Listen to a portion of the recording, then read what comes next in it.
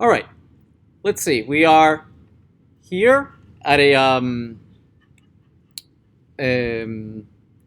logged in as a user.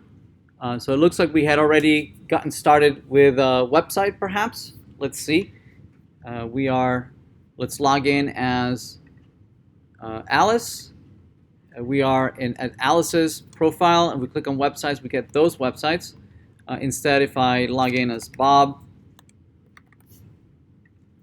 and I go to the websites for Bob, looks like I always get the same Facebook, the same four websites. Okay, so it looks like it's hard-coded. It's using the same exact data instead of getting websites for a particular user. All right, so let's build it from scratch. Once I go and get a hold of this this particular component, this particular template for this particular service. All right. Okay, so let's look at the current implementation for websites. So for the website component, okay, we have only the website list component. Let's look at the implementation. Let's close all the other ones, close others. Right now is iterating over the list of websites. I'm not sure where it's getting it from, but a clue would be looking at the components to see where it's getting it from. So let's go to the component, and the component looks like is declaring here is the variable that is being used to iterate over the websites, right? And as we expected, right, it's using a hard-coded array of websites, which probably is declared up here.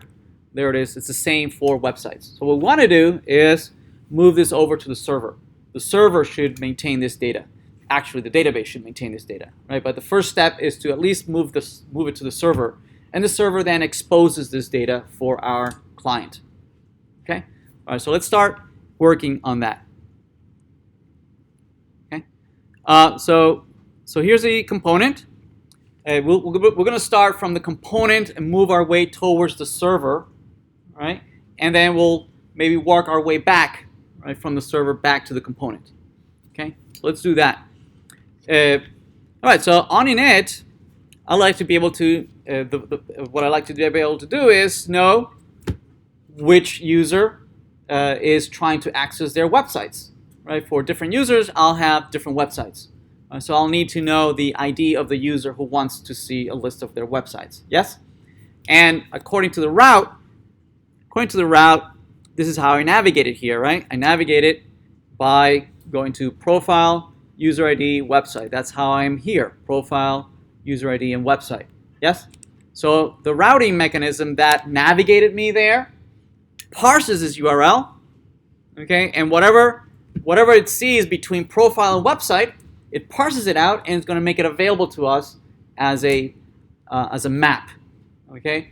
And whose keyword, one of the keywords in that map, will be user ID, right? So we're going to be able to retrieve the user ID from that map. Pretty good, right?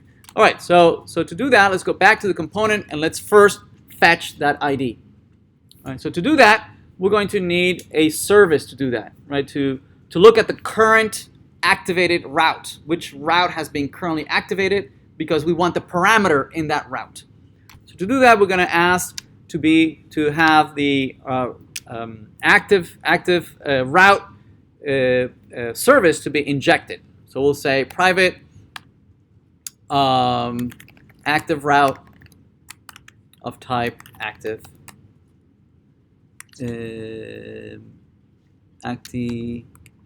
activated route. There it is. Okay, notice that this has been injected.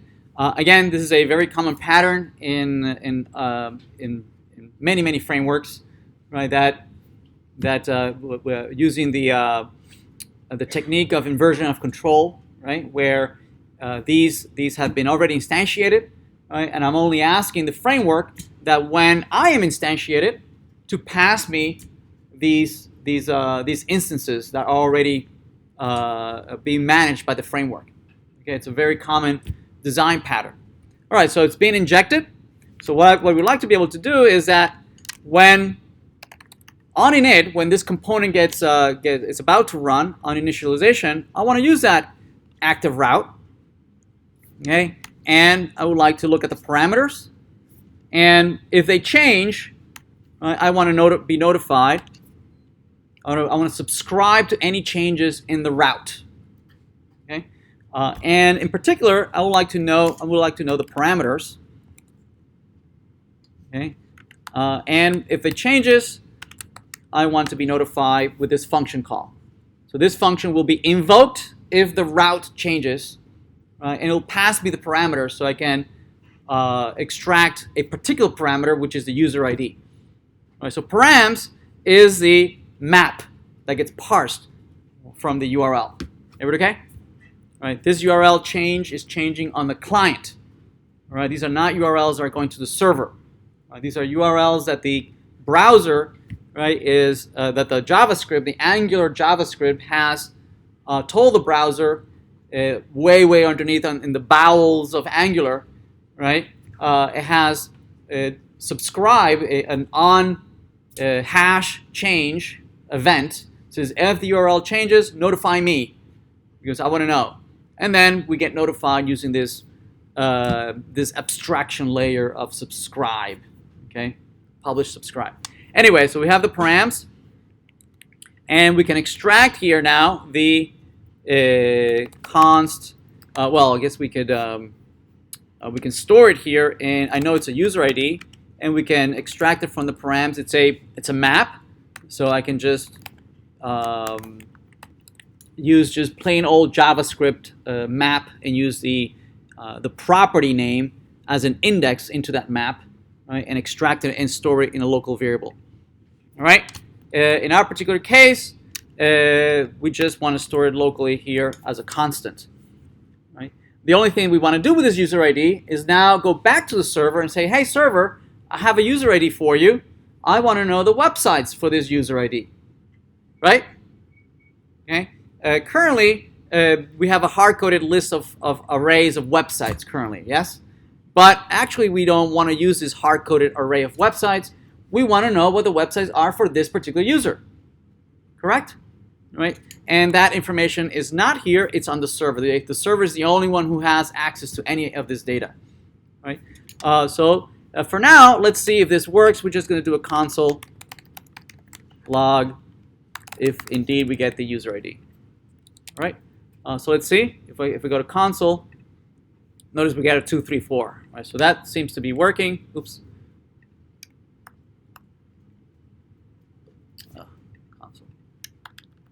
So this 234 is what we parsing this 234 from here. If I change this to 123, right? This comes back to 123. So indeed, we are able to parse that parameter from the URL. Everybody okay?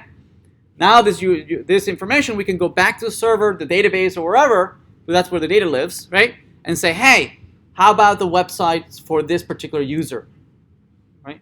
Okay, so let's do that next. For now, we were able to just parse the user ID from a parameter, a route parameter. We'll do the service next.